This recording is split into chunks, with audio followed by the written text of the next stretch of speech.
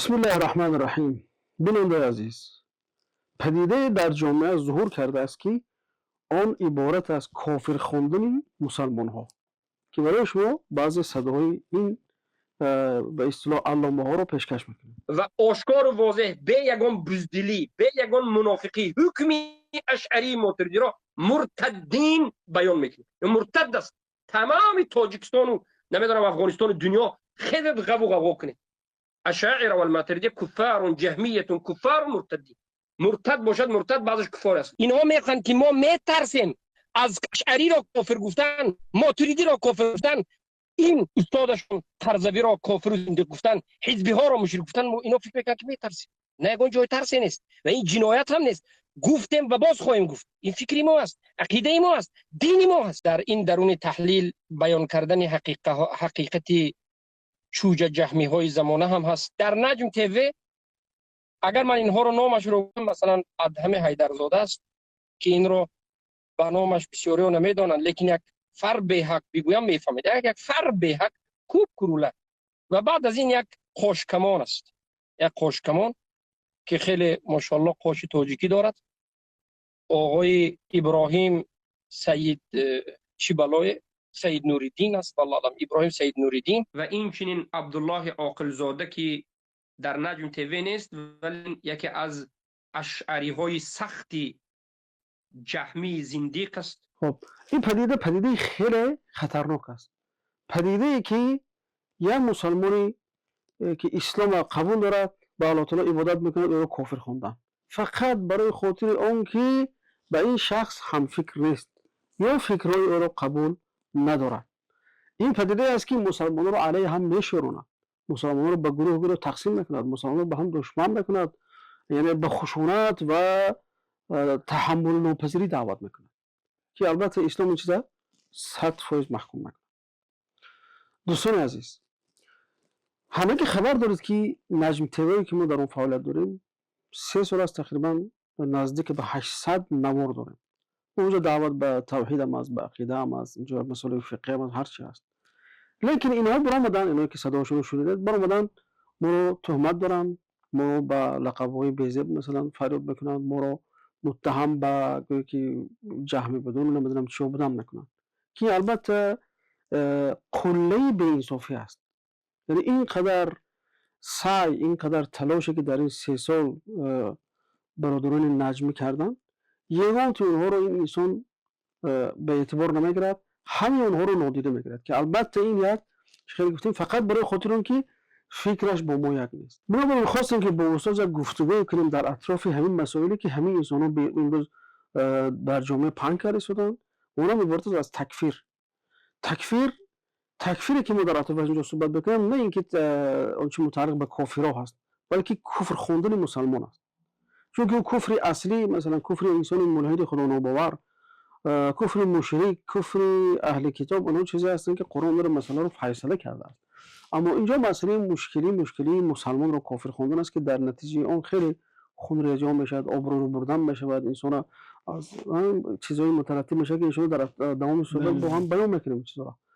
برای استاد عزیز میخواستیم که درباره خود همین کلمه کفر و کلمه تکفیر در لغت مثلا چی معنی دارد، در اصطلاح شریعت چی معنی دارد، چون که انسان برای اونا اول مثلا روشن شد که ما اطراف چی صحبت کنیم، تو کنو تصور کنم هم قاعده است که الحكم على الشيء فرع عن تصوره. بارك الله. بله. سلامت باشه استاذ و خیر و برکت بینید. بعد بسم الله و صلاة و السلام علی سیدنا و نبینا رسول الله و علی آله و اصحابه و من والاه. قبل از اینکه به شرح و تحلیل این واژه پردازیم، میخوام به این نکته اشاره کنم که این جوانی که صدای آن را بینندگان شنیدند و تا حد معروف شده در جامعه تاجیک، کمتر از این است که من شما برای او وقت جدا کنیم. واقعا ارزشی حتی 1 ساعت وقت جدا کردن را او خود ندارد. اما وقتی میبینیم به جوانان زیاده تأثیر رسانده و جوانان زیاده از درس او، از نمیدونم فصاحت زبان او فریفته شده با شعارهای توحید، عقیده صحیح، آنها را به این مصیبت و به این مشکله گرفتار کرده. در این حالت ضرورت دیدیم تا اطراف این موضوع ها گفتگوی داشته باشیم. موضوع تکفیر، خطرناک بودن این مسئله از نگاه شرعی و این چنین شرح و توضیح بعض آن مسئله هایی که آنها ایراد میگیرند، بعض آن قضیه هایی که میبردارند و قضیه های علمی که باید در حلقه های علم در میان اهل علم بحث شود به دهان عامه میدهند و باعث تفریق و پراکندگی و جنگ و جدل ها می شود و چنین اطراف آن رویه هایی که آن رویه ها را زیر تنقید و طعنه قرار می دهند. حتی بدتر از این آنگونه که شنیدیم آنها را امامان آن رویه ها را مؤسسان را که خادمان بزرگ دینند، محدث ها، مفسر ها، فقها ها، آنها را با کفر و شرک و با مرتد بودن وصف میکنن. این خیلی پدیده زشت است، جنایت است.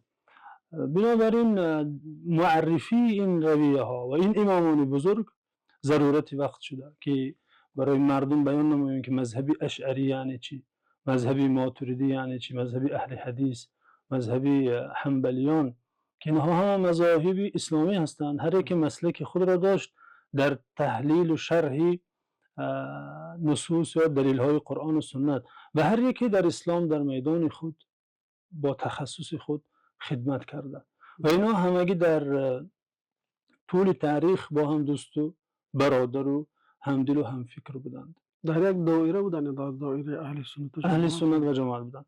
وقتی یک نفر این امامان را از اهل سنت بیرون میداند و این رویه ها را همچون رویه های باطلی معتزلی ها یا جهمی ها یا قدریه ها وصف می کند، دیگر ضرورت پیش می آید تا این قضیه ها برای عامه مردم توضیح داده شود. همچون نصیحت است، همچون پیشگیری جوانان از این فکری تندروانه است که این فکری تماما آشتی ناپذیر است. با یگان گروه بغیر خودش آشتی ندارد.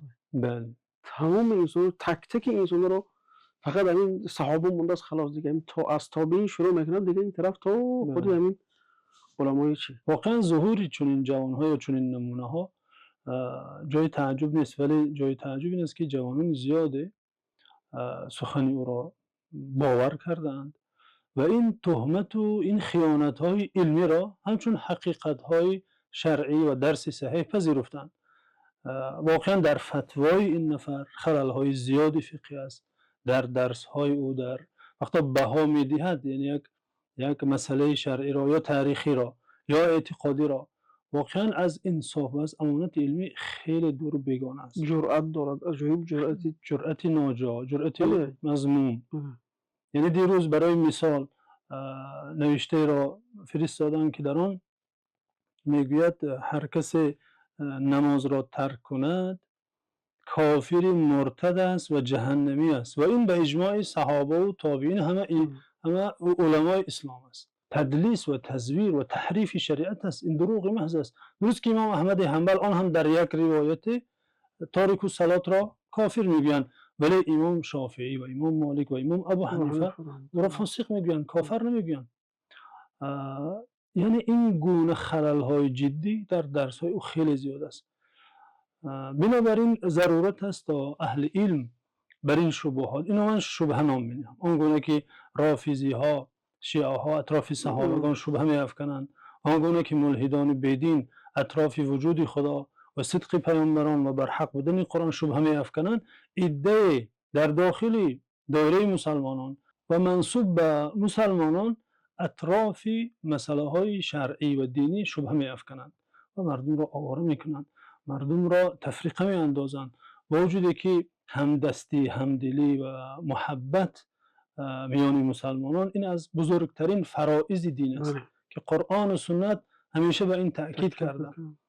و چیزی دیگر که جا دارد اشاره کنیم، این هجوم او بر این یوتیوب کانال نجم و دوستانی که در این کانال چی دارن، درس ها دارن. درس های شما مثلا ردیه بر شیعه ها و رافضی ها و تهمتگران صحابگان است. درس های سلسله‌ای خیلی زیبا که بارها تشکری بسیار نفران را شنیدیم و می نوشتند که خیلی استفاده کردیم، خیلی عقیده خود را تصحیح کردیم. در آنجا ردیه بر بیدینان هست، در آنجا درس های فقه هست، از فقه داد و گرفت های مالی، از فقه عبادت ها در موضوع رمضان و تفسیر قرآن، توحید با پیامبران، سلسله برنامه با پیامبران است که اصلا موضوع دعوت پیامبران خود توحید بوده. اما این نفر وقت در یک مسئله فرعی، در مسئله شاخوی و جزئی اعتقادی که نظر ما با نظر او موافقت نکرده، همه این 800 درس شرعی و اسلامی را یکسان در یک سبد گذاشته اینها رافضی هستند، حتی زندیق رو میدونم مشرک اینها هستن، شما گوش نکنید. وقتی ما دعوا میکنیم که با منهج قرآن و سنت داریم زندگی میکنیم یا درس میدهیم، قرآن حتی وقتا درباره یهودی ها گپ میزند و منهم میگوید، یعنی قسمت از آنان، برخی از آنان، یعنی خداوند برای ما انصاف را تعمین. بله قنطار، بله، یعنی بعضی آنان امانت دارن، اعتراف میکند. قرآن به ما یاد میدهد که منصف باشیم، لیسو سوا. و همچنین آن طعنه و لعنتی که نسبت دوستان و استادان و نسبت بنده نیست، یعنی روانه کرده.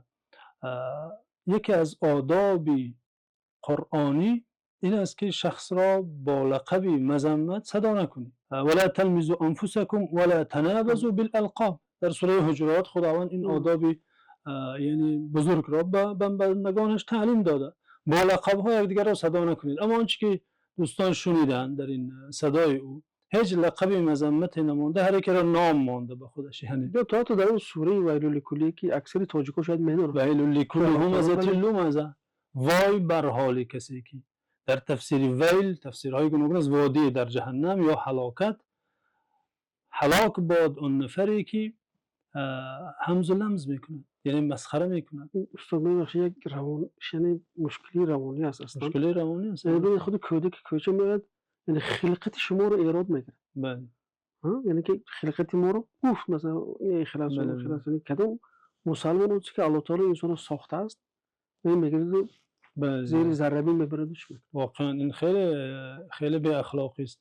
پیامبر صلی الله علیه و سلم در حدیثی که اون رو امام ترمذی روایت کردن، استاد میدونین، میگن لیس المؤمن بالطاعان ولا اللعان ولا الفاحش ولا البذی. مسلمان طعنه‌گر نمیشود، لعنتگو نمیشود، یعنی ولا الفاحش ولا البذی، سخن فحش و سخن پست و بد از او نباید صادر شود. یعنی وقولوا للناس حسنا. قرآن دیگر میگه که سخن زیبا گویید. و جادل بالتی هی احسن. حتی با اهل کتاب وقتا میخواهید مجادله کنید، گفتگو کنید، بحث کنید اطراف توحید و اسلام، شما بالتی هی احسن. مثلا حتی حضرت موسی هم به وقت الله تعالی به نزد فرعون فرستاد، قولوا له قولا لینا، سخن نرم به او گوید. فرعون یعنی که فرعون کسی که دعوای خداوندی میکرد، رأس کفر بود. یعنی ما وقت دعوا میکنیم که با منهج قرآن و حدیث هستیم، نه با قرآن عمل کرده ایستادیم و نه به حدیث. یعنی قرآن میگه با کافری سرسخت‌ترین نرمگو باشید. این مردم با مسلمانان، با کسانی که تا حد توانشان میخواهند در دین و شریعت خدمت کنند، یعنی زبانشان تندترین است، تهمتشان بدترین است. اکتفا نکردن به هر چیزی از خلقت و صورت مذمت و یا طعنه کنند، بلکه در حساس ترین چیزی مسلمان که ایمان اوست طعنه کردن، که اینها یعنی مجوسی و جهمی و نمیدونم چیزهای دیگر. و اما آیاتی که در سوره فتح هست، والذین معه اشداء علی الکفار رحماء بینهم. یعنی شعار مسلمانان، عادت مسلمانان باید این باشد که میان همدیگر شفقت و رحمت داشته باشند، نرمی داشته باشند. اما در مورد معنای کلمه کفر و تکفیر باشد، در لغت عربی کفر به معنای ستر و تغطیه است، یعنی چیزی را پوشانیدن. حتی در قرآن به این معنا استفاده شده یا وارد شده. الله عزوجل فرموده استعیذ بالله کمثل غیث اعجب الکفار، یعنی کفار اینجا معنی دهقان، چون که دهقان دانه رو در زیر زمین میپوشاند، یعنی کفر پوشانیدن را میگن. معنای لغتی اشاره کردید، همه حدیثایی که درباره چی هست، تکفیر ذنوب، تکفیر السیئات، بله، یعنی به همین چیز از همین اصل است. بله، پوشاندن گناه ها، پرده پوش کردن گناه. حتی کفاره ها که در شریعت هستند، چون که ستر کننده گناهان. این چنین کلمه کفر و تکفیر به معنای خضوع، یعنی سر فرآوردن و خواری و تذلل نمودن پیش کسی نیز استفاده می شود. به این معنا در حدیث پیامبر صلی الله علیه و سلم آمده، وارد شده. حدیثی که اون امام ترمذی روایت کردن، پیامبر صلی الله علیه و سلم گفتن اذا اصبح ابن آدم فإن الأعضاء تكفر اللسان تقول اتق الله فينا فإنما نحن بك فإن استقمت استقمنا وإن اعوججت اعوججنا. یعنی چون فرزند آدمی به صبح رسد همه اعضای او از زبان خواهش میکند. تکفر اللسان یعنی التماس میکند، زاره و تولا میکند که ای زبان استقامت ما و استقامت تو هست، کجی ما به کجی تو وابسته است. از خدا ترس و یعنی مراقب باش که ما هلاک نشویم، یعنی از پشت تو. اتفاقا این حدیث برای این بددهان خیلی نصیحت خوبه. خیلی بله. این چنین حدیث دیگر پیامبر صلی الله علیه و سلم گفتن هر کسی به من ضمانت دهد که زبانش را و فرجش را نگه می‌دارد، من ضمانت می‌دهم که جنت می‌رود. واقعا خطر زبان خیلی بزرگ است. پس کفر در زبان عربی به معنای ستر یا به معنای تذلل و خواری و تولا کردن، اما همچون اصطلاح شرعی به معنای وصف الشخص بالکفر والحكم عليه بالخروج من ملت الاسلام. شخص را وصف کردن به کافری و حکم صادر نمودن که او از ملت اسلام بیرون است. این را میگویند تکفیر، یعنی حکم کردن نسبت کسی که او مسلمان نیست و کافر است. اتفاقا از این اصطلاح ما فهمیده میگیریم که کافر حکم کردن شخص حکم شرعی هست. یعنی نه هر کس حق دارد که به این کار اقدام کند، به این کار یعنی دست زند. این وظیفه فقهاست، چون که حکم شرعی هست. یعنی مثل که یک چیز را یک نفر میگه حلال است یا حرام است. یعنی از این گپ فهمیده میشه که استاد تکفیر درست است، تکفیر نادرست است. بله. چون که شما اشاره کردید که فقها یا قاضی ها مثلا این حکم یعنی که تکفیر درست هم هست. تکفیر درست هست. بله. بله شریعت چه بیان کرده از اهلش صادر شده. بله از اهلش صادر شده. لیکن تکفیر نادرست اینه که از هر شخصی کوچه صادر شده، از هر شخصی نوخوانده و نوآموز و به بند و بار، یعنی بدون قواعد، بدون آموزش و بدون تشخیص حالت همون کس. این واقعا تکفیر یک اجراءات یا مرحله های چند خدا دارد. بله خیلی وزنین است. حکم شرعی است. خداوند در مورد صادر نمودن بی‌پروایانه احکام شرعی را در سوره نحل گفته ولا تقولوا لما تصف السنتكم الكذب هذا حلال و هذا حرام لتفتروا على الله الكذب. شما هر چی که در زبانتون می آید به نوگی زبانتون این حلال است این حرام است چنین نگویید و دروغ نگویید و با خدا تهمت مبندید. یعنی این خیلی کار زشت است و از کبائر گناه است که انسان در مسائل شرعی بدون آموزش و بدون تشخیص و بدون دانش‌های ضروری که باید داشته باشد حرف زند. این خودش جنایت است اصلا. بنابراین تکفیر این حکم شرعی است. یعنی یک نفر را وقتی شخص حکم به کفر میکند، این به معنای این است که زندگی او حرام است. یعنی این فتواست. یعنی پیامدها دارد. یعنی این نفر از پدرش نباید میراث برد، فرزندان او از او میراث بردن نمیتوانند، جنازه او جایز نیست و او را کفن کردن نباید، مخوم شود، از جامعه جدا میشود. بله. یعنی این حقوق گرفت نمیشود، دختر نمیگیرند، دختر نمیتیان. یعنی این فقط این نیست که اونا کافر حکم کنیم و رویم. این حکم شرعی است و آثار دنیوی و اخروی دارد. این آثار دنیوی، آثار اخروی که ما یعنی او را از رحمت خدا محروم حکم کرده ایستادیم و ما از نام خدا یعنی گپ زده ایستادیم و او را از جنت بیرون کرده ایستادیم و مخلد در دوزخ یعنی گویا او را جای داده ایستادیم. از این خاطر استاد علاوه بر این آیاتی که تلاوت شد یک چند کتاب حدیثی را اینجا آوردیم تا بعضی احادیث را از خود کتاب برای بیننده ها خوانده دهیم تا ببینن که مسئله تکفیر تا چه حد خطرناک است و از نام خدا رحمت خدا را تقسیم کردن یا مردمی را از رحمت خدا محروم شماریدن چقدر کار زشت است. امام ابو داود در سنن خود که کتاب حدیثی معروف است، در کتاب ادب در باب باب النهی عن البغی، نهی از ظلم و از زیاده‌گویی، حدیثی روایت کرده که حدیث را صحابی بزرگوار راوی اسلام حضرت ابو هریره رضی الله عنه روایت میکند. میگه من شنیدم که پیامبر صلی الله علیه و سلم نقل کردند که در بنی اسرائیل دو نفر بودند که یکی به طاعت مشغول بود و یکی بر معصیت و گناه. و اون نفری که به طاعت مشغول بود هر بار که اون رفیقش را یا برادرش را که در معصیت میدید به او میگفت اقصر، یعنی بس است این از این کار دست کش، بس کن. فوجده یوما علی ذنب فقال له اقصر فقال خلنی و ربی. روز اون برادرش را در حال ارتکاب گناه، در حال انجام معصیت دید، به او گفت اقصر، دست کش از معصیت. فقال خلنی و ربی، یعنی مرا به حالم با پروردگارم گذار. ابعث علی رقیبا، آیا تو را بالای من ناظر فرستاده شد مگر؟ یعنی خدا تو را بالای من ناظر فرستاده، کار خودت را کن. گفته جواب گردان. این برادرش به او گفت والله لا یغفر الله لك، در لفظ دیگر لا یدخلک الله الجنه، یعنی خدا تو را نمی بخشد، در لفظ دیگر خدا تو را جنت نمی درآورد. هر دو اینها از دنیا گذشتند. فاجتمعا عند رب العالمین، نزد پروردگار عالمیان جمع شدند، حاضر شدند. فقال لهذا المجتهد اكنت بی عالما، با آن برادری که آن نفری که در طاعت بود خدا گفت تو آیا از حال من آگاه بودی که با بنده هم چی معامله میکنم؟ او کنت علی ما فی یدی قادرا، آنچه که در دست من است تو قادر بودی، یعنی چرا از نام من گپ زدی؟ وقال للمذنب اذهب فادخل الجنه برحمتی وقال الاخر اذهبوا به الى النار. با آن بنده گناهکار خداوند گفت به رحمتم وارد بهشت شو، و به ملائکه عذاب گفت این نفر را دوزخ برید، به این گستاخیش دوزخش برید، چون که از نام من حرف زد و رحمتی مرا یعنی منحصر کرد و این بنده ام را گفت جنت نمی درآیی.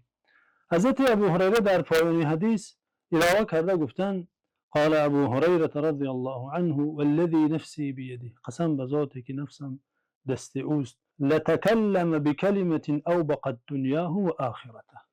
این نفر یک کلمه گفت، یک جمله گفت که دنیا و آخرتش رو برباد داد. همین کلمه که خدا تو را نمیبخشد. یعنی یک نفر را وقتا به کفر، به زندقه، به شرک اتهام میکند شخص، یعنی او را گفتنی است که تو در دوزخ همیشه میمونی، یعنی تو وارد بهشت نمیشوی، یعنی تو از رحمت خدا محروم هستی. یعنی خیلی گفته گذاشته بودم پیشتر که بله نه فقط حکم دنیوی بلکه حکم اخروی هم. بله حکم یعنی مهر میزند که تو تمام بله چی هست. بله. در حقیقت کلمه رقیب گفته چی بود آمده دوستان؟ همون رقیب و عتیدی که فرشته‌ای که در چی هست. در حقیقت اینا خودشون مثل رقیب و عتید مردم میدونن. بله. در یعنی مایده ترین جزئیات حیات مردم دخالت میکنن، حکم صادر میکنن. یعنی انسان در حقیقت تعجب میکنه از این جرأتی آنها به این چیز. گرچنده که پیامبر صلی الله علیه و سلم به ظاهری کسان مناسبت میکردن، اگر کلمه توحید میگفتن مسلمان، در درون دلش چیست به اون کاردار نمیشد. تو اجازه دارم حدیث اسامه است که مثلا بعد وقتی خود رقیب و عتید میکنن استاد یه جمله جای بیشناس که اونها میآیند و همین تمام شاخه‌های حکومت است. بله. هم قاضی خودشون هم مفتی فتوای کفرش میبرن، بعد قاضی میشن بالاش حکم میکنن. بله. بعد این باز رول شرطی هم بازی میکنن، رول اجراچی سود هم بازی میکنن، نکاحش هم بکار همه طرفه ها.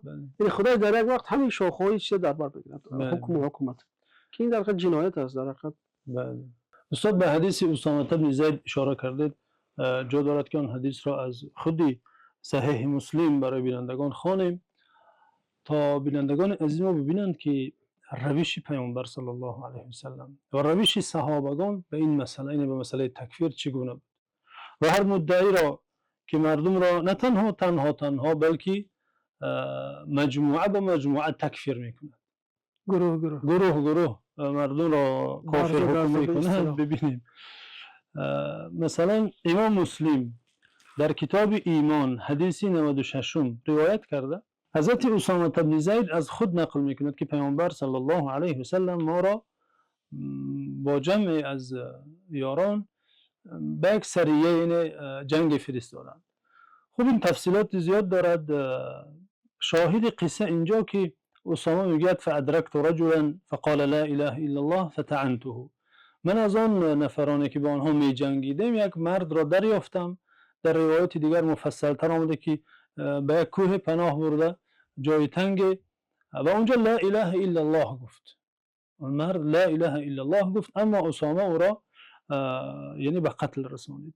فذكرته للنبي صلی الله علیه و سلم، به پیامبر صلی الله علیه و سلم این چیز را میگه نقل کردم، چون که میگه در دلم یک چیزی مانده بود، یعنی که من شاید خطا کرده باشم گفته وقتی به پیامبر صلی الله علیه و سلم نقل کرد رسول خدا صلی الله علیه و سلم گفتن قال لا اله الا الله و قتلته او لا اله الا الله گفت با وجود این تو را قتل کردی قلت یا رسول الله انما قالها خوفا من السلاح ای فرستاده خدا او این کلمه را از ترس سلاح من از ترس شمشیری من گفت پیامبر صلی الله علیه و سلم گفتن افلا شققت عن قلبه حتى تعلم اقالها ام لا تو مگر سینه او را نشکافتی ببینی که از ترس سلاح گفت یا که به اخلاص و صدق گفت یعنی چرا سینه او را نشکافته ببینی البته این امری تعجیزی است میداند که اسامه این کار کرده نمیتواند لیکن منظور پیامبر صلی الله علیه و سلم این که تو به ظاهری همون نفر باید اکتفا میکردی مادام از زبان او کلمه توحید میبراید اون مسلمان است دیگر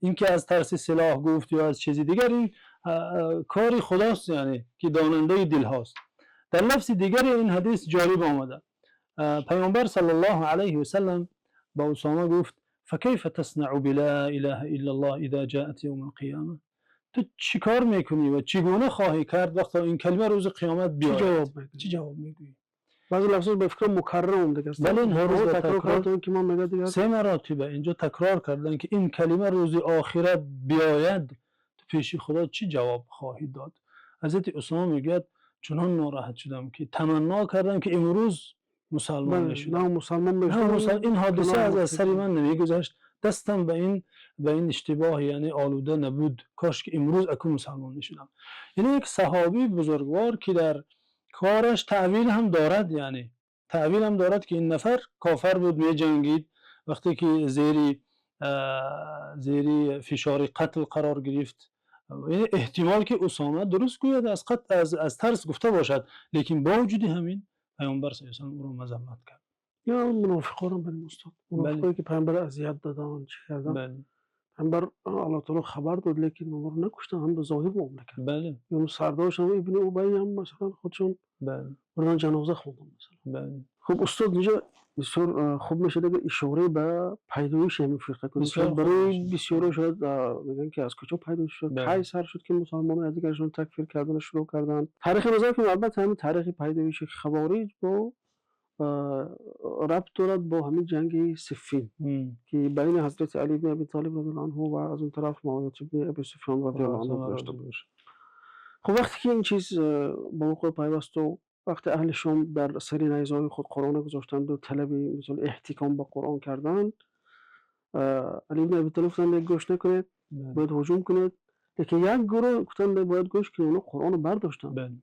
و باید که به قرآن احتکام کنید خلاصه علی بن ابی طالب ابو موسی اشعری رو فرستادن از طرف معاویه بن ابی سفیان عمرو بن عاص و دیگر اونجا حکمایان حکم کردن وقتی اونها حکم کردن دیگه اینو با اعتراض کردن که چرا تو در این مسئله مردم انسان‌ها را مقصد حاکم قرار دادی لا حکم الا الله دیگه شعار پرتابی کردن بعد اون کلمه مشهور حضرت علی هم است که میگن که کلمه حق اريد بها باطل بعد اینها گفتن خودشون از اردوگاه علی بن ابی طالب رفتن طرف حرورا و اونجا رفتن دیگر اردو زدن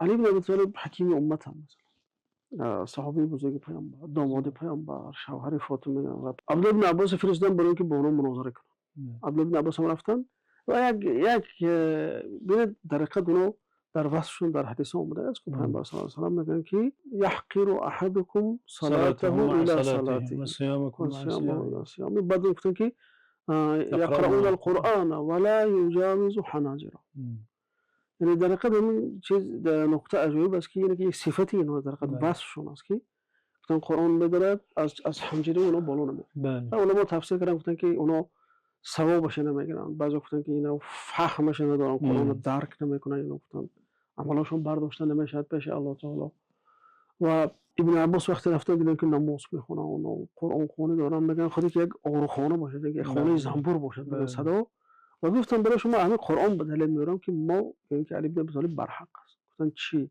چرا علی حاکم قرار داد بین مردم گفتن که الله تعالی در این مسئله عادی‌تر یک مشکلی بین زن و شوهر گفت فبعثوا حکما من اهله و حکما من اهلها داور خیلی مختصر گفتیم برای اینکه وقتی زن رو دارن که داور در مسئله زن و شوهری تعیین کرد مگر خون مسلمانان سزاوار اون نیست که داور باشد و داوری کنه بر خون اینا که خون ریزی نشود دیگر. اینا فهم‌های عجیب و غریب داشتن واقعا. سطحی بودن در حقیقت در مسئله. بعد دیگر اونا اکثرشون توبه کردن و میگن هم 12000 تقریبا 4000 شون میمونن. یعنی یک همین اثبات کردن ابن عباس 8000 رو به طرف حضرت علی میارن. همچنین مسئله در تکفیرشان یک شرط دیگر که اگر آن را کس اجرا نمی‌کرد اون نفر را کافر حکم می‌کردن، این اعلان براءت بود. یعنی آنها از پیروانشان طلب می‌کردند که شما از حضرت عثمان، از حضرت علی اعلان براءت کنید. اگر کس اعلان براءت نمی‌کرد، این اعلان بیزاری، در حال او را کافر حکم می‌کردند. حالا واقعا این کسانی که در عصر ما ظهور کرده خیلی مانندی دارند در مسئله تحکیم شریعت، در مسئله اعلان براءت. بعضی دوستان قصه کردند که از ما طلب کردند که از فلانی ها اعلان براءت کنید. از بعضی دوستان و برادران مسلمانشان در مسئله طاعت و عبادت اکثر جوانانی با اخلاص هستند، در نماز و روزه خیلی پایبندند. بله، کلمه سبحان الله الحمدلله بله. در ظاهر نیز یعنی چهرهشان چهره مثلا مسلمانی، ریش میمونن، احیای سنت میکنن.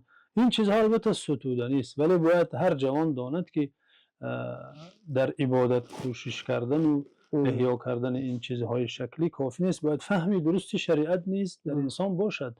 این گفتگی که جا دارد ترجمه کنیم، پیامبر صلی الله علیه و آله گفتن در آخر زمان گروه میبراید که شما نمازتان را پیش نماز آنها هیچ چیز میشمارید. یعنی چنان در عبادت خوبند، دست بالا هستند که شما خود را پیش آنها یعنی کم میبینید. با وجود همین پیامبر صلی الله علیه و آله در ادامه حدیث گفتن یمرقون من الدین کما یمرق سهم من الرمیه.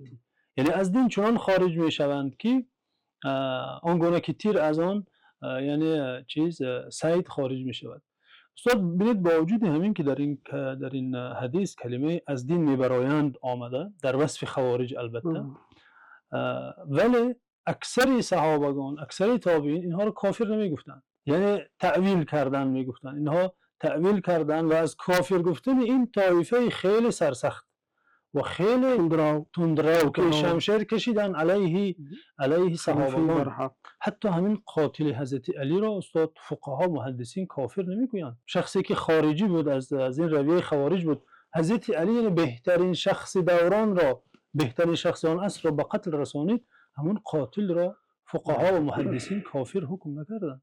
حتی صاحب قضیه علی بن ابی طالب وقتی پرسیدن گفتن اخوانکم بغا، بله وقتی گفتن کفار گفتن هم من الکفر فروا، از کفر گرفتن.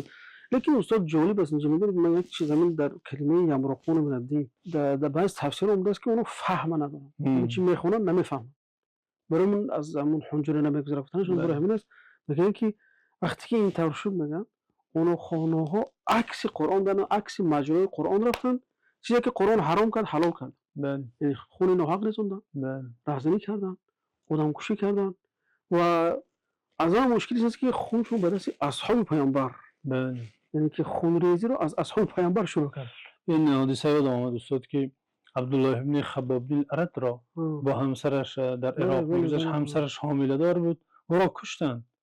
وقتی که پرسیدنش یعنی از مسئله تحکیم که تو درباره حضرت عثمان چی میگویی، درباره حضرت ابوبکر عمر چی میگی، درباره حضرت علی چی میگویی، وقتی گفت بهترین است که برای اونها پسند نبود. البته حضرت علی در نظر اونها الکی کافر بود والعیاذ بالله. وقتی حضرت عبدالله ابن خباب تحسین گفت، بردن لبی دریا را ذبح کردن، کشتن. همسرش را ذبح کردن، شکمش را که حامل بود در وقت حمل بود چاک کردن. بعد اینو قتل کردن. از نصرانی خرما پرسیدن، نصرانی خرمای خود را بخشید براشون، گفتن نه ما از تو بی پول خرما نمیگیریم. یعنی خون مسلمان را میریزانند اما خرما را از نصرانی بی پول قبول نمیکنن. اگر اون گروهی تندروی که در بعضی جاهای جنگ شده میخیدن اصلا فقط مسلمان کشی کردن. ولی علمای از دست اینها کشته شد. در کشورهای معروف معلوم که مردم آگاه هست. همین استاد برداشتی که از گفتیم که مقصد فهم ندارند و چی حدیثی که یمرقون من الدین یه عالم اومد به یک چیز ربط داد، به یک آیت الیه یصعد الکلم الطیب والعمل الصالح. میگه که عمل فقط بگه کلمه نمیتونه عمل صالح بالا بره. اگر هر دوش یک جایی شد بد میشه. آه. اینها کلمه چی دارن؟ فهم. اما عمل صالح عملش فقط طالح هست. این عمل اینها چی است؟ مشرک خوندن، کفر خوندن، لعنت گفتن به لعنت امامان گفتن. دین. مسخره کردن. این همین چیز است. بله. برای این متاسفانه. همین آیات خیلی تطابق میکنه در بله. اینکه کلمه خوب دارن لیکن وقتی عمل اومدن دیگر عملشون با بله. کلمهشون ضدیت میکنه. اینها یک مسئله که خیلی آمیخته میکنن استاد، شاید از این جهت هم باشد، این اشتباه جدی هم هست. یک عمل میتواند عملی کفر باشد، اما در مورد یک شخص وقتا بها میدهیم این مسئله دیگر است. این مسئله را امام ها تحقیق کردن، در موردش گفتن یعنی عمل کفر و کفر شخص معین، تکفیر معین در تکفیر معین، یعنی یک نفر درست همان سخن کفر است، آن عمل کفر است، ولی یک نفر چون همان عمل را انجام میدهد یا اون سخن را میگوید، ما نمیتوانیم او را به کفر محکوم نماییم الا پس از آموزش و تشخیص و مرحله هایی که در فقه معروف است، رفع موانع. بله. اما اینا همون قاعده هایی که فلان سخن کفر است، فلان عمل کفر است، هر کسی آن عمل را گوید یا آن کلمه را تلفظ کند در حال او را کافر حکم میکنند. و شخصی که اگر مصیبت دیگری، شخصی اگر در کفر آن نفر شک داشته باشد، شخصی سوم رو میگن تو هم کافر است، چون که کافر را کافر نمیدانی و این سلسله هم خیلی دوام میکند. این خیلی مصیبتی مدهش است. ابن عمر هم در این مسئله میگن که اینقدر جاهلن که آیاتی که به کافر نازل شده است میگیرن میارن بالا مسلمان‌ها. بله. میفرارن که خیلی میگن تنزیل میکنن. بله. مشکلشو در اینجا هست. مشکل اساسش هم مسئله افتاد بعضی چیزایی که کفر میشد که اختلاف نظر میشد در همین تعبیل و اون مسئله که بین حضرت عایشه و ابن عباس است در مسئله رؤیت. بله. حضرت عایشه میگفتن کسی که محمد صلی الله علیه و سلم خدایش رو دیده است، هم به خدا دروغ بزرگ بسته. لقد اعظم علی الله الفريه. اما ابن عباس میگه که و جمهور صحابه، جمهور اکثر صحابه دیده است، لیکن این مثلا سبب نشد که بیان عایشه اون رو کافر بگن که اون عایشه رو. اون که مثلا عقیدتی است. یعنی یک چیز را استاد باید آوردید که جا دارد بیان شود، این که گوناگون نظری در دین، در مسائل دینی، در مسائل شرعی، در مسائل اعتقادی موجود است و این از زمان ظهور اسلامیان صحابگان گوناگون نظری بود. اونگونه که مثال آوردید خیلی مثال خوب و جالب. اینچنین در زمان تابعیان، تابعیان تا به امروز در مسائل های فقهی و اینچنین در مسائل های اعتقادی گوناگون نظری هست و این تا روز قیامت باقی میماند. یک نفر اگر گوید من همه مسلمانان را در یک مذهب فقهی جمع آوری میکنم که پیروی یک مذهب باشند، اصلا فقها میگن این شخص از عقل بیگانه است، امکان ندارد. چون که مثلا تاریخ نمونهشو داریم وقتی ابو جعفر منصور خواست از امام مالک که موقع بله چه قرارتی هم مرجع یگانه مفتن نمیشه این کار نکنیم. امکان ندارد. مسلمانان به شکل‌های گوناگون که از پیامبر صلی الله علیه و آله همه آن شکل‌ها روایت شده بگذار خدا را عبادت کنند و این رحمت است برای امت است. در مسائل اعتقادی نیست استاد، چنین گوناگون نظری که مثال آوردید این گونه مسائل ها خیلی زیاد است در دین. این که پیروان مذهب اشعری نظری دیگر دارند در کدام مسائل های اعتقادی و پیروان مذهب اهل حدیث دیگر، این به معنای آن را ندارد که حق و باطل، سیاه یا سفید. این همان مسئله هایی است که شریعت آن را مسئله های اجتهادی نام کرده، واگذاشته و حق داده که مسلمانان گوناگون نظر باشند. اگر که فروع اصول، بله فروع اصول، فروع اعتقادی است. اما قاعده جلیلی داریم، قاعده بزرگی در مسئله های اجتهادی، لا انکار فی مسائل الاجتهاد. یعنی نباید یک کسی دیگر را انکار کند، محکوم کند که چرا مثل من اعتقاد نداره یا چرا مثل من نماز نمیگذاری. این خیلی مذموم است. یعنی این به معنای آن است که شخص طبیعت شریعت را و طبیعت مسائل های شرعی را ندانسته و نشناخته که از وجود اختلاف یعنی بدش می آید. مثال استاد شما اعلام کنم که به اجازهتون مثلا نماز هم، مثلا طرز نماز خوندن، طرز دست خپیدن، مثلا دست برداشتن، پیامبر خدا صلی الله علیه و سلم هر روز 5 بار نماز می‌خوندن. صحابه سالش 12 ماه می‌دیدن که با وجود اختلاف است. بله. یک مسئله عادی است. دیگه نه خود پیامبر شاید می‌خواستن که امت در یک دل بله، وسیع البته. سینه فراخ داشته باشد نسبتی دیگرش در مسائل البته که اشتیاقی است. این چنین حدیث دیگر استاد هست در صحیح بخاری و این چنین حدیث را امام مسلم نیز در صحیح خود روایت کردند. بیاید ببینیم که به این موضوع ما به واسطه ربط دارد، موضوع تکفیر. امام بخاری حدیث آوردن از ابو سعید خدری که در گذشته از مردان گذشته پیامبر صلی الله علیه و آله گفتن نفری بود که خدا برای او مال و فرزندها داده بود. وقتا مرگش فرا رسید و فرزندانش گفت من چگونه پدر برای شما بودم؟ گفتن پدری خوبی بودی. این تحسین گفتن، تشکر گفتن. گفتن اما من برای خود، برای آخرت خود هیچ توشه نگرفتم. بنابراین از شما یک عهد و پیمان پدری میگیرم، همچون پسر وصیت مرا شرط گذاشت که اجرا میکنید. گفتن بفرمایید پدر وصیت شما چیست، عهد شما چیست؟ گفت فانظروا فاذا مت فاحرقونی، اگر من بمیرم مرا بسوزانید. حتی اذا صرت فحما فاسحقونی، وقتا سوخته شوم مرا یعنی خاکستر کنید، بکوبید. ثم اذا كان ریح عاصف فذرونی فیها، در راه شمال گذارید باد مرا ببرد و نابود کند. فاخذ مواثیقهم على ذلك ففعلوا، عهد و پیمان گرفت، فرزندان چنین کردند. فقال الله کن فاذا رجل قائم، خداوند قادر است دیگر او را زنده کرد و پرسید ای عبدی ما حملك على ما فعلت، ای بنده من چی باعث گشت که چنین کنی؟ قال مخافتك، در لفظ او فرق منك فما تلافاه ان رحمه الله، گفت بندم چی باعث گشت که چنین کنی؟ گفت پروردگارا از ترس تو که مبادا در گور که مرا با جسدی کامل گذارند تو مرا زنده کنی و من گرفتار عذاب شوم، گفتم مرا نابود کنید. یعنی این نفر اعتقاد داشت که خداوند به زنده کردن شخصی که سوخته می رود قادر نیست. یعنی اصلا این اعتقاد کفر است، یعنی نمیتونه خاکسترش جمع کنه. بله. با وجود همین خداوند گفت چرا؟ گفت از ترس تو.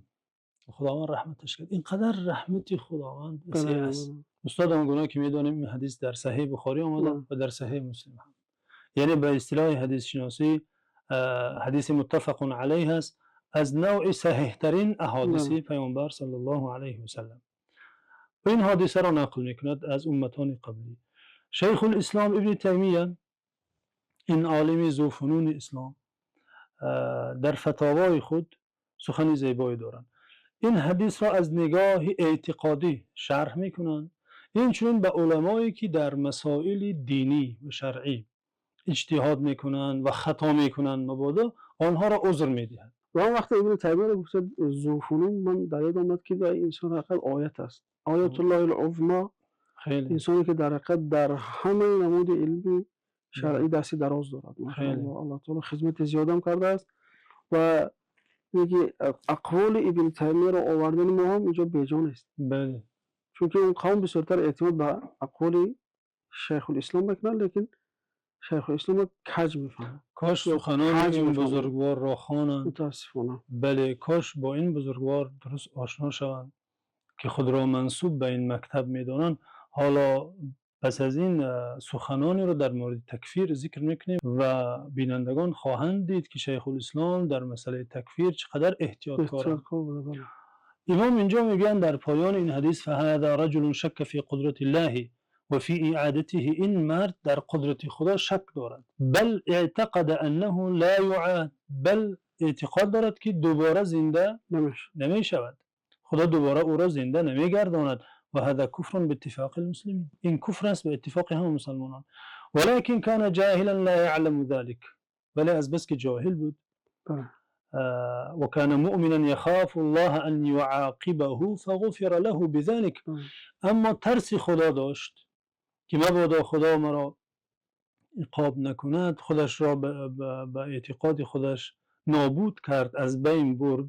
همین ترس خدا داشتنش باعث گشت که مغفرت شود. و المتأول، امام در ادامه میگه و المتأول من اهل الاجتهاد الحریص على متابعة الرسول صلی الله علیه و اللهم سلم صل علی اولا بالمغفرة من مثل ذلك. محمد. چه کلام زیبا چه کلامی زیبا، چه قاعده بزرگ. میگه شخصی که عالمی که از اهل اجتهاد است و در مسائل های دینی اجتهاد میکند، چه مسائل های فقهی باشد چه فرعی باشد، ما وقتا کلمه اجتهاد میگوییم اهل دانش البته میدانن که این کلمه چه معنا دارد و میدان اجتهاد کجاست، معروف است در علم. میگه علمایی که استاد اگر همون چیزی فیصله شده بود اصلا اجتهاد جا نداشت. الاجتهاد فی مورد النص. بله البته. یعنی اگر خدا میخواست همه دین را همچون دلیل های قطعی نازل میکرد، اما در دین ما مسائل قطعی هست، مسائل ظنی هست، یعنی خواه نخواه بالای اون گوناگون نظری صورت میگیرد. ظنی ها رو باید در اطراف قطعیات تفسیر در کرد. محوری همون چیز تفسیر. بله. و محکم و متشابه عیناً همین چیز. بله عیناً. امام میگوید والمتأول من اهل الاجتهاد الحريص على متابعة الرسول صلى الله عليه وسلم اولى بالمغفرة من مثل هذا. عالمانی که اجتهاد میکنن و فرضاً خطا میکنن اما حریص بر پیروی پیامبر صلی الله علیه و سلم هستند، اولاترند، شایسته ترند که مغفرت خدا نصیبشون شود از این مرد. یعنی این مرد با این اعتقادش که به اتفاق هم مسلمانان اعتقاد کفر است اما مورد رحمت خدا قرار گرفت، اما عالمی که در یک کدام مسئله علمی اجتهاد کرده با قواعد اجتهاد در چارچوبه اصول و قواعد اجتهاد کرده، بیرون نرفته و آن نظر اجتهادی که از جانب بعضی ها مورد تنقید قرار میگیرد نظر یک نفر نه بلکه هزاران عالم است. بله.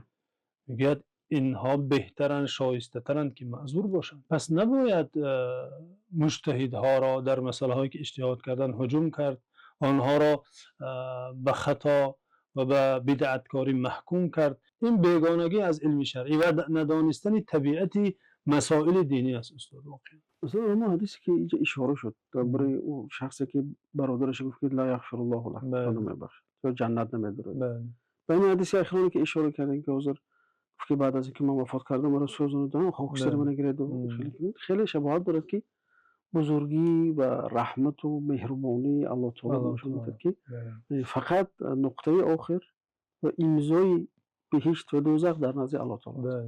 یعنی که یک انسانی کوچک حق ندارد که اینو به دوزخ برد یا به جهنم. استاد به این جانب مسئله اشاره کردیم که وقتی از وسعت رحمت الهی حرف میزنیم، اینکه خداوند این گونه نمونه ها در احادیث آمده که مغفرت شدن، به این معنا نیست که گوییم هر کسی که در هر حالتی هست بر اعتقادی هست داخل بهشت می شود.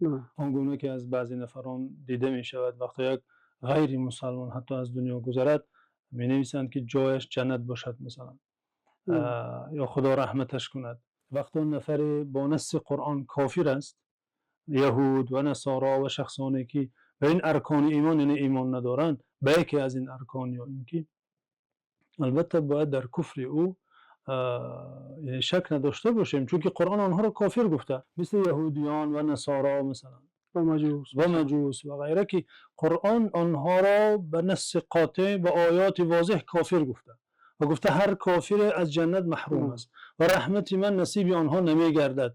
وقتی ما با آنها رحمت می خواهیم، جنت تمنا می کنیم، یعنی گویا این آیه ها را به نظر نگرفتیم. بدین خاطر یعنی مسلمانان یا امت اسلام حدی وسط است و كذلك جعلناكم امه وسطا. نه بی‌پروایی میکند در مسئله تکفیر که حتی کافران را نیز مسلمان گوید یا در کفر کافران شک کند، ولی اینچنین مسلمانان را بی‌باکانه بی‌پروایی کفر حکم نمیکند. خیلی گفت روسا ات کرایمسی دات کرایمسی. بله اینش هم مضموم است، اونش هم یعنی افراط و تفرید. بعد ما اشاره کردیم گفتیم تکفیر درست است، تکفیر نادرست است. یعنی در این مسئله ولی اشاره شد در بله. خب استاد عزیز درباره خطر تکفیر گپ زدیم. بله. که چی خطرهایی دارد. در حقیقت ما گفتیم یه پدیده وزنی است. اصلا بعضی درک نمیکنن یعنی که تکفیر اگر ما به اصطلاح امروزه مثلا میگیم که به قانون‌های تاجیکستان گریم مثلا یا سته دادن 305 است، خیانت به وطن. یعنی انسان وقتی مرتد میشود معناش همین است. خیانت به خدا و بله رسول خیانت به خدا و بوده. رسول است. یعنی که مثلا یه جای خفگی ندارد. بله. مثلا مادامی که همه دولت دارن این ستاره که خیانت به وطن. یعنی انسانی که از دین میگرد یعنی که خیانت به دین کرده. اینو برای شریعت برای چی بعضی حکم رو صادر کرد که مثلا زنش طلاق میشه، در قبرستون کار کرده نمیشه، جنازه خوندن نمیشه، فلان نمیشه، بسم الله نمیشه، یعنی که این چیزا نیست. لیکن آیا همین تکفیر کردن چه خیلی گفتیم کی میکنه مثلا؟ حکمش در دست کی است؟ شریعت آیا برای اون که صلاحیت داده است یا نیست این چیزا؟ می‌بینیم که البته مثلا در چارچوب‌های معین ماندگی هستن، مثلا شروط دارد، ضوابط دارد، موانع دارد، این اون دارد. خیلی اینا ان شاء الله صحبت‌های آینده بله اتفاقا موضوع در قاعده‌های تکفیر موضوع علاوه صحبت خواهیم کرد. نه چون که بعضی ببند بار هم رو چی میکنن، یعنی گروه مردم تکفیر میکنن. حدیث امام مسلم است، لفظ امام مسلم است که میگه که ای ممرئ قال لاخیه یا کافر فقد باء بها احدهما إن كان كما قال وإلا رجعت عليه. اینجا تفسیر باء و ارتد در دو لفظ حدیثی که آوردیم، یعنی که معنیش اینه که هم کفر باز میکرد با یک نفر از این دو، یعنی یکی از این دو باید کافر باشد. اگر مقابل کافر باشد سخنش درست است، اگر نباشد والعیاذ بالله خودش زیر ایمانش زیر خطر هم گناهکار میشه. یعنی استاد هیچ شخص عاقلی گمان نکنم که ایمان خود را در خطر گذاشته مسلمان را به این بدترین و زشتترین اتهام کنه. من در حدیث دیگه پیامبر گفتن که صلی الله علیه و سلم لعن المؤمن کقتله. بله. ببینید همون معادله که گفتیم که اول تکفیر میکنن به خونش حلال میکنن. بله. نعوذ بالله. و من رمى مؤمنا بکفر فهو کقتله رواه بخاری. هر شخص مسلمان را به کفر و کافر بودن اتهام کند گویا که او را کشته، برابر به این است که او را قتل کرده. اول لعنتش بده. لعنت کردن که اینا خیلی زبانشون دراز در لعنت کردن، یعنی پروا نداره. خب باز مثلا می‌بینیم که یا حدیث دیگر پیامبر صلی الله علیه و آله میگن که لزوال الدنیا اهون عند الله من قتل رجل مسلم. بعد استاد اینجا شیخ الاسلام میگن که ابن تیمیه رحمه الله میگن که و اذا كان تكفير المعين على سبيل الشتم كقتله فكيف يكون تكفيره على سبيل الاعتقاد؟ یا انسان فقط برای خاطر همطور لعنت گفتن میگه برابر قتلش باشد. اگر انسان لعنت نمو اعتقادا نقصی دیگر کافر گویده دیگر چی میشه؟ این سخنی شیخ الاسلام بزن چی؟ فإن ذلك اعظم من قتله. بدتر از کشتنش و زشتر از کشتن. این کتاب استقامت هم دیگه داره میگه. یعنی جنایت تکفیر ببینید که برابر با کشتن انسان، یعنی با انسان تماما محو میکنه حیاتش، اولاش جدا میکنه، از جمعیت یکم مخو میشه که با مؤمنین نمیکنه، گوسفند سر زند گوسفندش نمیخورن، ذبیحش نمیخورن، میراثش نمیگیرن، میراث نمیتن، میراث نمیخورد. یعنی تماما انسان میشه که در این دنیا علاقه زنده بدور میشه. یعنی که یا نمود همون ضرورت خمسه و نزد مثال که بله هدر میشد عرض مالش جونش، یعنی که همه اون سوال میبره همه رو به خطر میبره. بله در حالی که اسلام آمده تا این کلیات خمسه را حفظ کنند و این نفر آمده هدم میکند، اینها را از بین میبرد.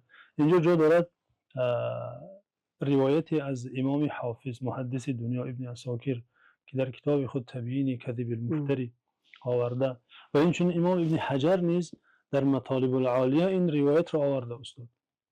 و این هر دو از محدثان بزرگ اسلام، ابن عساکر حافظ دنیا، ابن حجر امیر المؤمنین در حدیث، در این دو کتاب این روایت را آورده از صحابی بزرگوار جابر بن عبدالله نقل میکنه. اینجا ببینیم که صحابگان پیامبر صلی الله علیه و سلم از تکفیر تا چه حد پرهیز میکردند تا ببینیم که منهج صحیح صحابگان کدام بوده، نه آن منهجی که نصف مسلمانان را یا از نصف زیاد مسلمانان را و کافر بودن محکوم میکنند و ادعا میکنند که ما در منهج پیامبر صلی الله علیه و سلم و صحابگان پیامبر صلی الله علیه و سلم هستیم.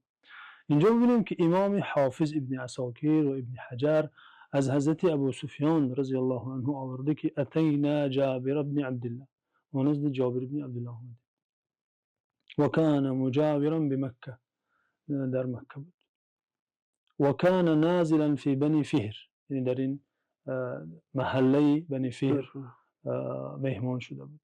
فسأله رجل، مرد از او پرسید خب یک یاری پیامبر صلی الله علیه و سلم آمده، مردم چون عادت داشتن که رفته سوالهای شرعی خود را میپرسیدن. مرد آمده پرسید فقال هل کنتم تدعون احدا من اهل القبلة مشرکا؟ آیا شما گفته یعنی صحابگان را در نظر دارد. جابر بن عبدالله را میپرسد و شما خطاب میکند، منظورش صحابگان. آیا شما کسی را از اهل قبله مشرک میدانستید؟ البته منظورش به کدام یک سببه. حضرت جابر بن عبدالله میگویند معاذ الله و فزع لذلك، گفتن خدا پناه دهد. میگه راوی و فزع لذلك، از این کلمه ترسید، یعنی ترس و هراس داشتن که چگونه یک نفر میتواند یک مسلمان اهل قبله را کافر داند. ما قاعده مشهور در اعتقاد داریم لا نکفر مؤمنا بالوزر، هیچ مسلمان را به گناه، هیچ نفر از اهل قبله را به گناه تکفیر نمی کنیم. به گناه استاد یعنی زنا کند، قتل کند، درست فاسق می شود، فاجر نام می گیرد، بدکار است، گناه های کبیره مرتکب شده، اما به کفر او را اتهام نمی کنیم، نسبت نمی دهیم. و این نفران عجیب است که ادعا می کنند که ما نیز چنینیم، یعنی ما به گناه کسی را کافر نگفته ایم. در نظر آنها این تعویل های علمی که امامان تعویل کردن گویا از قتل و از زنا اینها بدتر باشد.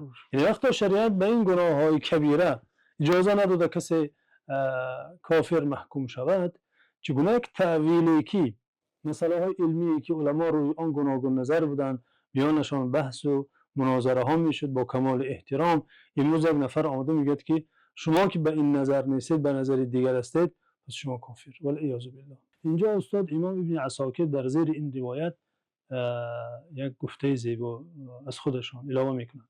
میگه بعد اونه که چند روایتی در خطورت تکفیر ذکر میکنن این سخن را آوردن.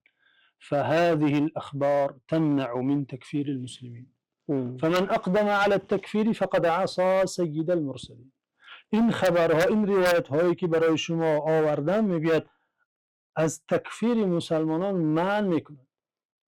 یعنی مسلمان ها میگه به این کار اقدام مکن، کاری بد است، کاری زشت است. میگه فمن اقدم علی التکفیر، هر کسی به تکفیر اقدام کند، دست زند، بیباکانه، فقد عصى سید المرسلین، سید المرسلین محمد صلی الله علیه و سلم را نافرمانی کرده است. میگه امام حافظ ابن عساکر. یه روایت از امام احمد یاد آمد استاد. امام احمد رو میپرسن و میگن که وقتی مؤذن اشهد ان محمد رسول الله گفت، اشهد ان لا اله الا الله گفت، این آدم گفت کذبته، حکمش چی میشه؟ بعد امام احمد گفتن که چی نمیشه، کافر نمیشه گفتن، چون که احتمال است که این خود مؤذن گفته است که تو این گپا دروغ است، تو این گواهی حقیقی نیست. نه اصل خود کلمه رو زیر سوال برده، بلکه لیکن نیت این که مواد همون انسان گوینده رو زیر سوال برده که همین ابن نجیم حنفی اینجا آورده میگن که لا یفتى بکفر مسلم امکن حمل کلامه على محمل حسن. امام فقیه جلیل صاحب بحر الرائق حتی میگه اگر یک روایت ضعیف هم باشد که او را مسلمان خوانیم، باید بر اساس همون روایت ضعیف او را مسلمان گوییم. یعنی آخرا احتمالا باید به نظر گیریم و او را نگذاریم که از دایره اسلام بیرون شود. استاد از فقهای حنبلی قصه میکنند در طبقات فقهای حنبلی، اونگونه که میدونیم حنبلیان شخص بینماز را کافر میدونن. میگن یک پیرزن شوهرش تمام عمر نماز نمیخواند و از دنیا گذشت و نزد فقیهان آمده سوال کرد که من از نام شوهرم صدقه کرده میتوانم یا نه؟ و این فقهای حنبلی هستند. بر اساس مذهبی آنها این شخص از غیر مسلمان است. ولی احتیاط این فقها رو ببینیم که و پیرزن گفتن آیا قاضی به کافر بودن او حکم صادر کرده بود یا نه؟ پیرزن گفت که نه، قاضی حکم کافر بودنش را نبرآورده بود. گفتن پس میتوانید برایش صدقه کنید. تا این حد، این از فقه، این از شریعت. یعنی استاد اینجا قول دیگر از امام قاضی عیاض یحسبی صاحب کتاب معروف و معتبر شفا الشفاء بتعريف حقوق المصطفى صلی الله علیه و سلم قول اینجا می آوریم که میگه یجب الاحتراز من التکفیر فی اهل التأویل، باید از تکفیر کردن اهل تأویل بپرهیزیم. فإن استباحة دماء المسلمين الموحدين خطر. حلال دانستن خون مسلمانان موحد خیلی چیز خطرناک است. والخطأ في ترك 1000 كافر أهون من الخطأ في سفك محجمة من دم مسلم واحد. میگوید خطا کردن در ترک 1000 کافر، ما 1000 کافر را کافر نگوییم و آنها را آسیبی نرسانیم بر خطا، آسان تر است نزد خدا از اینکه یک محجمه از خون مسلمانی را ریخته شود. یعنی یک نیم پیاله خون مسلمان ارزشش بالاتر از زنده گذاشتن 1000 کافر است. یعنی این خطا بخشیدنی است، اما این خطا خطر دارد و این خطا حسابش سخت است. میگه استاد اینجا سخن امام جلیل دیگری را که امام قرطبی هستند. قرطبی مفسر نه، اما قرطبی محدث، الحافظ ابی العباس، که یکی از شارحان صحیح مسلم است. المفهم لما اشکل من تلخیص کتاب مسلم. ایشان صحیح مسلم را شرح نوشتند که یکی از زیباترین شرح‌ها در میان شرح‌های این کتاب. علمای اندلس و قرطبه یعنی حسنات از حسنات بنی امیه است. بله بله. در خدمت رو فتح کردن اونجا رو ابن عبدالبر بله و ابن حزم الباجی فقیه برجسته. میگوید امام قرطبی ان باب التکفیر باب خطیر. باب تکفیر باب خطرناک است. اقدم علیه کثیر من الناس فسقطوا.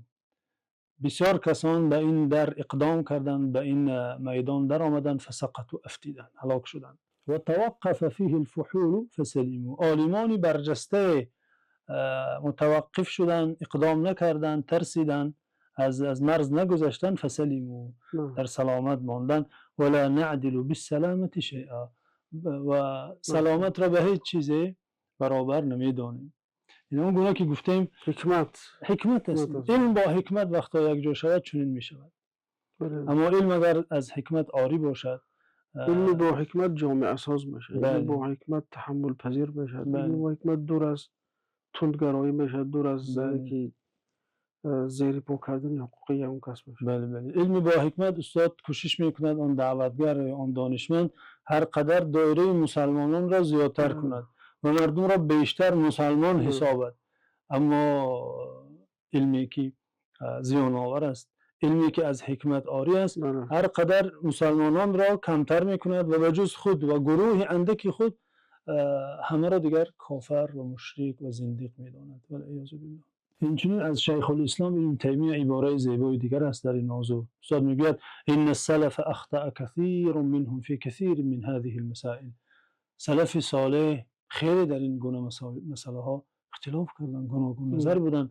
و اتفقوا على عدم التکفیر بذلك. همه اتفاق داشتن که یکدیگر هرگز کافر نمیشود. بله، یکی میگفت سخن من صحیح است اما احتمال که خطا باشد، اما سخن مقابل را خطا میگفت ولی این احتمال را میداد که شاید سخنش صحیح باشد. نمیگفت که سخن من حق و سخن تو باطل، بلکه اینجا خطا و صواب است. یعنی احتمال من درست گفته باشم، احتمال شما درست گفته باشید. میگه مثل ما انکر بعض الصحابه ان يكون الميت يسمع نداء الحي و انکر بعضهم ان يكون المعراج يقظه. بعضی انکار کردن که مرده ها نمیشنوند، بعضی میگن که میشنوند، بعضی دیگر میگن نمیشنوند. بعضی گفتن معراج در بیداری بود، بعضی گفتن در خواب بود. و انکر بعضهم رؤیت محمد صلی الله علیه و سلم ربه ولبعضهم في الخلافه والتفضيل كلام معروف. میگه من مثلا قاضی شرح ينكر قراءه من قرأ بل عجبت. مثلا یکی از قرائت های سبعه است، یعنی بل عجبت این قرائت رو قبول نداشت، گرچه قرائت سبعه است. پیامبر صلی الله علیه و آله بر این قرائت قرآن خوانده بود، کسی او رو تکفیر نکرده. میگه واتفقت الامه على انه امام من الائمه. اما مسلمانان بر این نظر اتفاق نظر دارن که امامی از بزرگان امت است. میگه در ادامه امام ابن تیمیه ولو كان كلما اختلف مسلمان في شيء تهاجرا.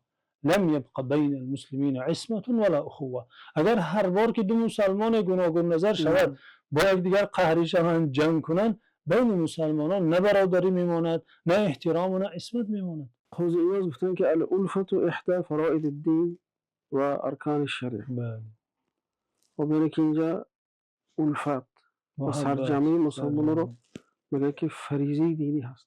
از بزرگترین فرایض دین است میگه. بله. اینجا استاد یک عباره دیگری از شیخ الاسلام جا دارد که به سمع بینندگان بخوانیم و به این میشود برنامه را جنبست نماییم. و این فتاوا مجموع الفتاوای شیخ الاسلام است، جلد 4 که مخصوص در موضوع ایمان و تقدیر است. در اینجا صفحه 418 اینجا امام میگوید و اجمع الصحابه و سائر ائمه المسلمین على انه ليس كل من قال قولا اخطأ فيه انه يكفر بذلك. یعنی امام میگوید صحابگان و همه امامان دین بر این اجماع دارند که نه هر کسی سخنی گوید و خطا کند به آن سخنش کافر می شود، حتی اگر سخنش مخالف سنت باشد. میگوید فتکفیر کل مخطئ خلاف الاجماع. میگوید کافر دانستن هر خطاکار خلاف اجماع است. یعنی هر کسی اگر از علوم شریعت آگاه باشد استاد میداند که ماهیت اجماع چیست و خلاف کردن اجماع را چه حکم دارد. یعنی ما دلیل های اتفاقی شریعت مصدرهای اتفاقی آن قرآن است، سنت است، اجماع است و قیاس است. یعنی چهار سرچشمه به بحث در دین داریم.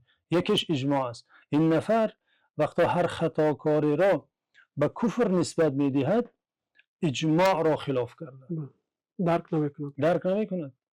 واقعا مصیبت است. استاد تشکر زیاد. ان شاء الله برای خود اکتفا میکنم.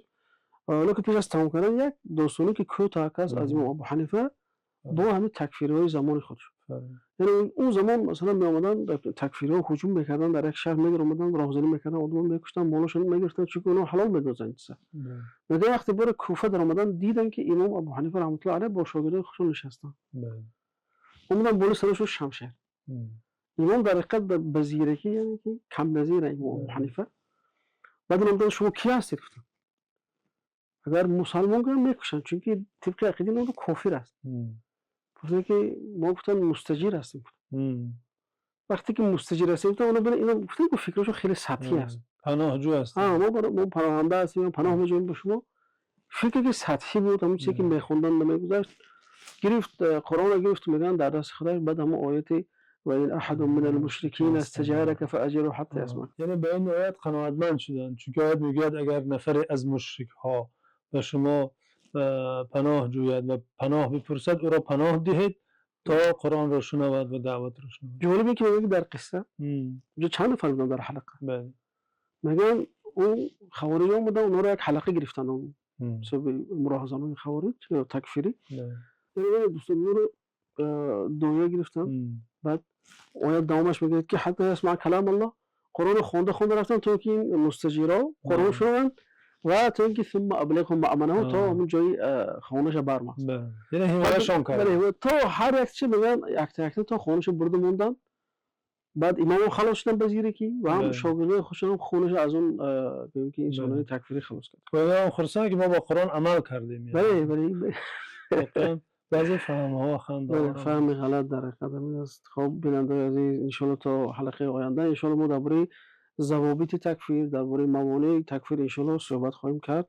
السلام علیکم و رحمت الله و برکاته.